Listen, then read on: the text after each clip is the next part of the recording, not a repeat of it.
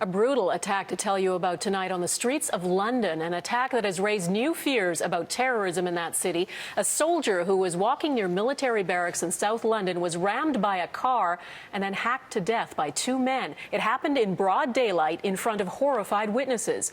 Our Europe Bureau Chief Sean Mallon is near the scene tonight. Sean?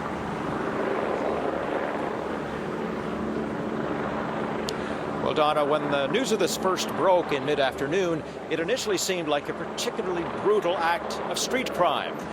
A man murdered just down the road there, reportedly beheaded.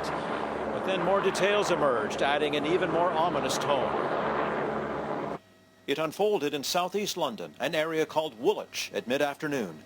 A car swerved off the road and hit a pedestrian. Witnesses say two men emerged from the vehicle and started hacking at the man on the ground with what appeared to be meat cleavers or machetes. The assailants reportedly shouting, "Allahu Akbar, God is great." The attack continued with the victim dragged into the middle of the street. The armed men reportedly encouraged witnesses to take their picture as they were covered in blood. One apologized to women at the scene for having to see such a thing and told them in a London accent to remove their government. Passers-by called police, who arrived 20 minutes later. There was a confrontation and the two attackers were shot, but not fatally.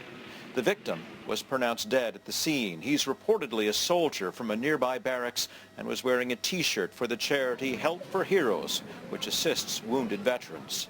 I think it's pretty clear that what's happened tonight in Woolwich is a sickening and unforgivable act of violence.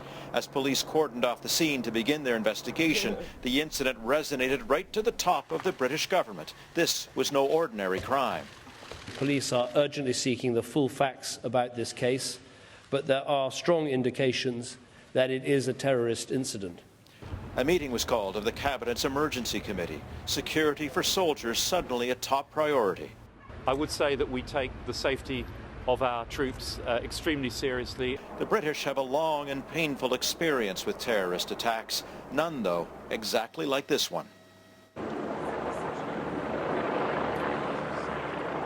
And so now there's a word of tightened security around army barracks around the city. This because the assailants reportedly said they were acting in retaliation against the actions of British soldiers against Muslims abroad. The Prime Minister has cut short a visit to France and is headed back here to chair another meeting of his emergency committee in the morning. Donna? All right, trying to assess the threat there in London. Sean Mallon, thank you.